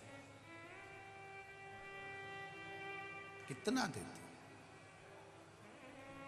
उसके बाद भी हम उसको देते क्या है, क्या प्रदान करते हम उसको। एक बार रोटी देंगे, दूसरी बार आ जाएगी तो डंडा देंगे। हम क्या देते हैं उसको, कुछ नहीं। जो सुख देना है वो हम दे नहीं पाए। शिव कथा कह रही है, बहुला ने देखा मेरे बेटे को मार रहा है, शंकर भगवान को तेज श्वास लिया और श्वास लेकर बहुला गाय अपने शिव जी को निगल गई, अपने पेट में रख लिया।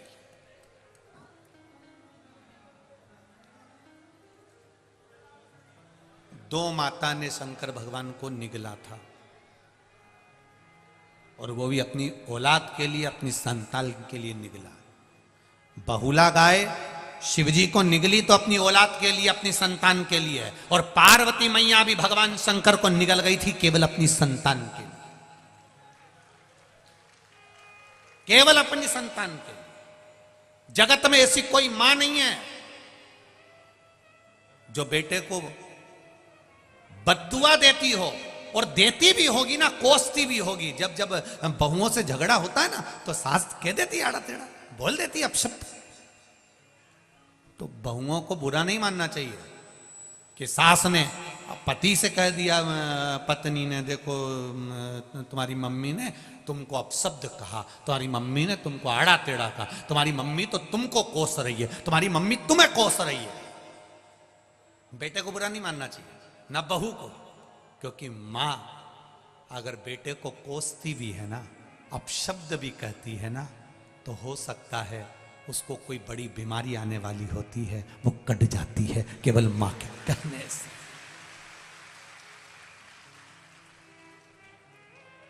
क्या यशोदा मैया लाला को प्रेम नहीं करती थी जो छड़ी लेकर भागी? घर में इतना मक्खन होता था तो क्या लाला को क्यों नहीं देती थी? अपाच्य हो जाएगा, छड़ी लेकर भागी, इसको तकलीफ हो जाएगी, क्यों गलत काम करता है, छड़ी लेकर भाग रही, इसको बांध देती है। क्या यशोदा जी के हृदय में कृष्ण के प्रति प्रेम नहीं था? अपार प्रेम था, अपार।